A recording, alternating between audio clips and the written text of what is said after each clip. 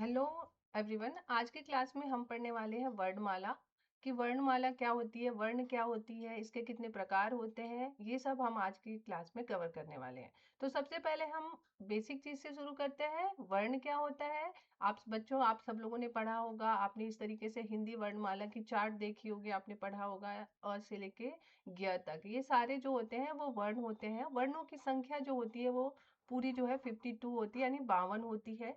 ये होती है वर्णों की संख्या। ठीक है। वर्ण जो होता है वो आपकी हमारी जो हिंदी भाषा है उसकी आधारभूत इकाई होती है। उसका जो बेसिक होता है, ठीक है, आधारभूत इकाई जो है वो आपकी वर्ण होती है। वर्णों की हेल्प से जो है हम हिंदी अच्छे से बोल पाते हैं, अच्छे से लिख पाते हैं। अगर आपको वर्णों का अच्छा ज्ञान है और वर्णों के बारे में अच्छे से जानते हैं तो आप आसानी से हिंदी लिख सकते हैं और पढ़ सकते हैं। ठीक ठीक है। तो इसीलिए ये क्लास बहुत इंपॉर्टेंट होने वाली है, क्योंकि इसमें हम वर्णों के बारे में बताएंगे, उसके उच्चारण के बारे में बताएंगे। क्योंकि बच्चे हम जो है इसी में ही मिस कर जाते हैं, क्योंकि हमको उच्चारण सही समझ में नहीं आता। ठीक है। तो ये हम आज आपके इस क्लास में हम ये सब क्लियर करने वाले हैं। ठीक है। तो ये जो है वर्णमाला है। वर्ण क्या होता है? वर्णों को जो बेटा ध्वनि भी बोला जाता है। क्या बोला जाता है? ध्वनि भी बोली जाती है। अब जो ध्वनि और वर्ण क्या चीज है ये आप सब सोच रहे होंगे। तो जो वर्ण जो होता है ना, वर्ण जो होता है वो लिखित रूप को बोला जाता है। किसके रूप को बोला जाता है? लिखित रूप को बोला जाता है। और जो ध्वनि होती है, जैसे हम बोल रहे आ, इ, ई, तो ये जो ध्वनि निकल रही है ये भी आपका क्या होता है? आपके मौखिक रूप को जो है ध्वनि बोली जाती है। और जो आप लिख रहे हो क ख ग, ये जो आपके वर्ण है। ठीक है। तो वर्ण के बारे में अभी मैंने आपको बता दिया। हिंदी में जो है 52 वर्ण होते हैं, जिसको दो भागों में बांटा गया है। जो एक है आपका स्वर और दूसरा होता है व्यंजन। तो ये हम अभी आगे की क्लास में डिस्कस करेंगे। तो ये आपके वर्ण हो गए। ये आपको चार्ट पे दिखाई दे रहा होगा, ये सबके घर पे भी होगा बच्चों। तो ये आपके वर्ण है। अब देखते हैं वर्णमाला क्या होती है। तो वर्णमाला जो होती है,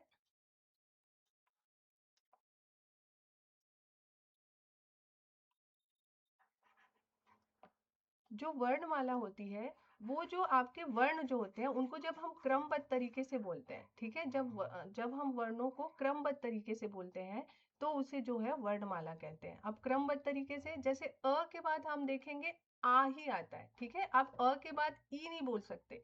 ठीक है। तो ये वर्णों को जो है एक क्रमबद्ध तरीके से, एक सीरीज से आपको अरेंज किया गया है, जिसे वर्णमाला कहते हैं। तो ये आपको समझना बहुत इंपॉर्टेंट है कि भाषा की जो सबसे छोटी इकाई होती है उसे ही वर्ण कहते हैं। हम इसको और छोटे भागों में नहीं तोड़ सकते। ठीक है। इसके हम और टुकड़े नहीं कर सकते, तो इसे वर्ण कहते हैं। और जो वर्णों को हम जब व्यवस्थित रूप से लिखते हैं, क्रमबद्ध तरीके से लिखते हैं, तो इसी को वर्णमाला कहते हैं। जैसे अब इसी क के बाद ख ही आता है। ठीक है। ग के बाद आप ग नहीं बोल सकते या घ नहीं बोल सकते। तो क ख ग घ अंगा च छ ज झ ञ।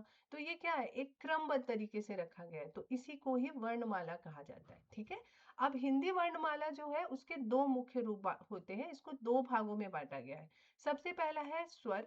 स्वर क्या होता है? स्वर जो होता है जिसको हम स्वतंत्र रूप से बोल सकते हैं, उसको बोलने में आपको किसी और वर्ण की हेल्प नहीं लेनी पड़ रही है। जैसे हम अ, आ, इ, ई, उ, ऊ, री, ए, ए, ओ, औ, अम, आहा। तो हम जो ये स्वर बोल रहे हैं, ठीक है, ये जो आपके स्वर जो होते हैं, स्वरों की संख्या 11 होती है। हिंदी वर्णमाला में स्वरों की संख्या 11 होती है। तो लेकिन ये चार्ट में आप देखेंगे यहाँ पे 13 दिया हुआ है, जिसमें हम अभी आपको बताऊंगी कि ये जो अम और आहा जो है ये क्या होते हैं।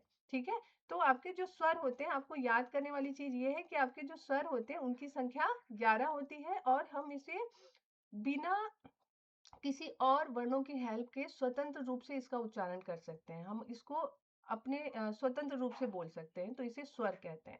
अब व्यंजन की हम बात करें, तो ये जो आपको दिखाई दे रहे हैं चार्ट पे, ये जो होते हैं क से लेके ज्ञ तक, ये आपके क्या होते हैं? व्यंजन होते हैं। क से लेकर ज्ञ तक ये सारे आपके व्यंजन है। ठीक है। तो इसको भी हम अभी डिस्कस करेंगे। लेकिन व्यंजन को बोलने में ना स्वरों की हम सहायता ली जाती है। व्यंजन को आप ऐसे नहीं बोल सकते। अगर आपको बोला जाए कि ये व्यंजन को पढ़ो, तो बिना स्वर की हेल्प से आप किसी भी व्यंजन को नहीं बोल सकते। जैसे ये आपका क है, क है, ठीक है।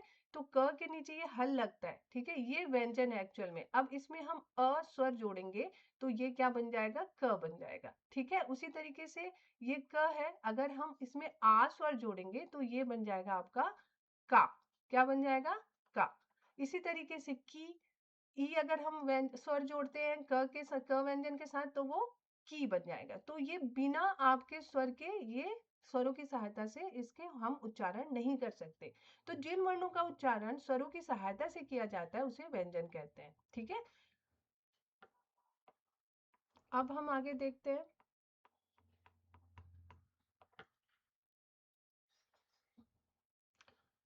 अब हम देखेंगे स्वर क्या होता है और स्वरों को और अच्छे से पढ़ेंगे। जो वर्ण बिना रुकावट के बोले जाते हैं, ये आपको दिखाई दे रहा होगा, अ से लेके औ तक। साथ में इसकी मात्राएं भी आपको दिखाई दे रही है। अ का कोई मात्रा नहीं होता, ठीक है। आ, ये इसकी आ की मात्रा है। ये ई, छोटा ई, तो ये इस तरीके से इसकी मात्रा लगती है पीछे की तरफ से। और ये बड़ा ई है, इसकी मात्रा ये होता है। उ, ये ऊ का मात्रा ये है। बड़ा ऊ का मात्रा ये आपको दिखाई दे रहा है, ये है। री, री का मात्रा ये इस तरीके से री का मात्रा होता है। ए का मात्रा ऊपर एक इस तरीके से लगता है, ठीक है। ए, जनरली लोग, बच्चे जो है, आप सब लोग इसी में कंफ्यूज होते होंगे, ए और ए। तो ठीक है, ए में जो मात्रा लगती है वो एक मात्रा लगती है, ए में जो मात्रा लगती है वो आपकी दो मात्रा लग जाती है, ठीक है। ये जो ओ है, ये ओ की मात्रा इस तरीके से होता है, और औ में जो मात्रा होती है वो डबल लग जाती है। तो ये जो होते हैं वो स्वर है। स्वरों की संख्या मैंने आपको बताया था कितने होते हैं, 11 होते हैं, ठीक है। 11 स्वर माने जाते हैं। जो इसके अलावा मैंने आपको बताया था अं से अंगूर एंड आहा, ये हमने पढ़ते हैं हम स्वरों में, हम इसको भी पढ़ते हैं। तो लेकिन अम से अंगूर को क्या बोला जाता है, अनुस्वार बोला जाता है। क्या बोला जाता है, अनुस्वार। और आहा, इसको विसर्ग बोला जाता है या फिर अयोगवाह कहा जाता है, ठीक है। तो ये आपका अ से अंगूर अनुस्वार बोला जाता है, आहा वो उसको विसर्ग बोला जाता है, विसर्ग को अयोगवाह कहा जाता है, ठीक है। तो ये आपको याद रखना है, क्वेश्चन में आते हैं। जो स्वरों की संख्या कितनी है, तो स्वरों की संख्या 11 है। और जो है उसको बोला जाता है अनुस्वार, और आहा को बोला जाता है विसर्ग या अयोगवाह कहा जाता है, ठीक है। और ये मैंने आपको मात्राएं बता दी हैं। अब स्वरों को किसी की स्वतंत्र रूप से बोला जाता है, इसमें किसी भी वर्णों की हेल्प नहीं लेनी पड़ती, ठीक है। और ये इनकी मात्राएं हैं। तो ये हुआ स्वर। आप कमेंट करके बताएंगे कि ईख में कौन सा स्वर होता है। जल्दी जल्दी से कमेंट करके बताइए। अब इसमें जो स्वर होते हैं उसमें जो है आपके कुछ दीर्घ दिखाई दे रहे होंगे और कुछ स्मॉल यानी लघु दिखाई दे रहे होंगे, ठीक है। उसके बारे में भी मैं आपको बता देती हूँ।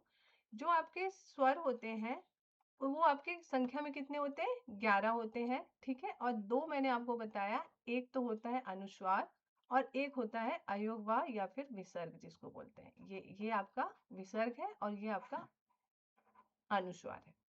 अब स्वरों को भी दो भागों में बांटा गया है, एक होता है ह्रस्व स्वर, दूसरा होता है दीर्घ स्वर। अब ह्रस्व स्वर क्या होता है, जिसके उच्चारण में सबसे कम समय लगता है, ठीक है। जैसे अभी मैं आपको चार्ट दिखाऊंगी, उसको बोलने में बिल्कुल कम समय लगता है। जैसे अ, ठीक है, अनार में अ आता है तो आप कैसे बोलते हैं, अनार। इ, इमली। उ, उल्लू। री, ऋषि। तो इनको बोलने में क्या लग रहा है, हमको कम समय लग रहा है, तो इसीलिए बोला जाता है इनको ह्रस्व स्वर, ठीक है। तो आपका जो स्वर है, स्वर माला में जो भी ई, उ, री, ये सब सारे किस में आते हैं, ह्रस्व स्वर में आते हैं, ठीक है। अब हम दीर्घ स्वर की बात करें, जितने भी आपके जिसके उच्चारण में ह्रस्व स्वर से जो भी ज्यादा हमको टाइम लगता है, जैसे उससे दुगना समय लगता है, जैसे आ। जब आप मेरे साथ बोलेंगे भी तभी आपको समझ में आएगा कि इसको बोलने में ह्रस्व स्वर यानी आपके जो अ के कंपेयर में ज्यादा टाइम लग रहा है। आ जैसे आम, ई जैसे ईख, ऊ जैसे ऊन, ए जैसे एड़ी, ए जैसे ऐनक, ओ ओखली, आओ औरत। तो इन सब को बोलने में जो है आपको ह्रस्व स्वर के कंपेयर में उसकी तुलना में दुगना समय लग रहा है, तो इसीलिए इसको दीर्घ स्वर बोला जाता है, ठीक है। तो आपके अ, ई, उ और री, ये चार जो होते हैं वो आपके ह्रस्व स्वर होते हैं और बाकी जो होते हैं वो आपके दीर्घ स्वर होते हैं। ठीक है, बाकी नीचे वाले जो होते हैं आप देखेंगे स्वर माला में के चार्ट में आपको दिखा देती हूँ, स्वर का चार्ट दिखा देती हूँ। तो ये यहाँ पे ही, यहाँ तक ही आपका जो है दीर्घ का है। ठीक है, यहाँ ये आपका अ, जैसे ये आपका ह्रस्व हो गया, ये आपका दीर्घ हो गया, ये आपका ह्रस्व हो गया, ये आपका दीर्घ हो गया, ये आपका ह्रस्व है, ये आपका दीर्घ है, और ये भी आपका ह्रस्व है। उसके बाद ए, ए, उ, औ, ये सब जो है आपके किस में आ जाते हैं? दीर्घ स्वर में आ जाते हैं। तो ऊपर वाले जो स्वर है, जो आपके जिसको बोलने में कम समय लग रहा है, अ, इ, उ, री, ये चार जो होते हैं ये आपके ह्रस्व स्वर होते हैं, जिनको बोलने में कम समय लगता है, और बाकी के जो स्वर है वो आपके दीर्घ स्वर होंगे। ठीक है, जिनको बोलने में आपको उसके ह्रस्व स्वर के कंपेयर में ज्यादा टाइम लग रहा है। ठीक, अब ये हम देखेंगे, ये आपके चार्ट है स्वर के उदाहरण आप देख रहे हैं।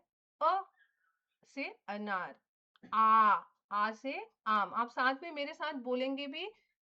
ई से इमली, ई से ईख, उ से उल्लू, ऊ से ऊंट, ए, ए से एड़ी, ए से ऐनक, ओ से ओखली, औ से औरत, अंग से अंगूर, एंड आहा खाली। तो ये आपके स्वर हैं, कितने हुए? 11। और ये आपके अंग से अंगूर जो है आपका अनुस्वार है, और आहा जो खाली जो आप पढ़ते हैं वो आपका विसर्ग है।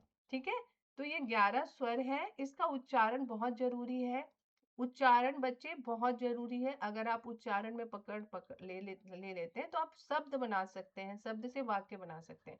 क्या आपको पता है? क्योंकि वर्ण से ही, वर्ण का नॉलेज होना बहुत जरूरी है, क्योंकि वर्ण से ही आपके शब्द बनेंगे और शब्द से ही वाक्य बनेंगे। ठीक है, तो ये आपका आज प्रैक्टिस क्वेश्चन के लिंक दे दूंगी, वो जरूर आपको सॉल्व करना है, तभी मुझे समझ में आएगा कि आप लोगों को क्लास आपको कितनी समझ में आई। ठीक है, अगर आपको मेरी क्लास अच्छी लगी तो please like, share and subscribe. Thank you.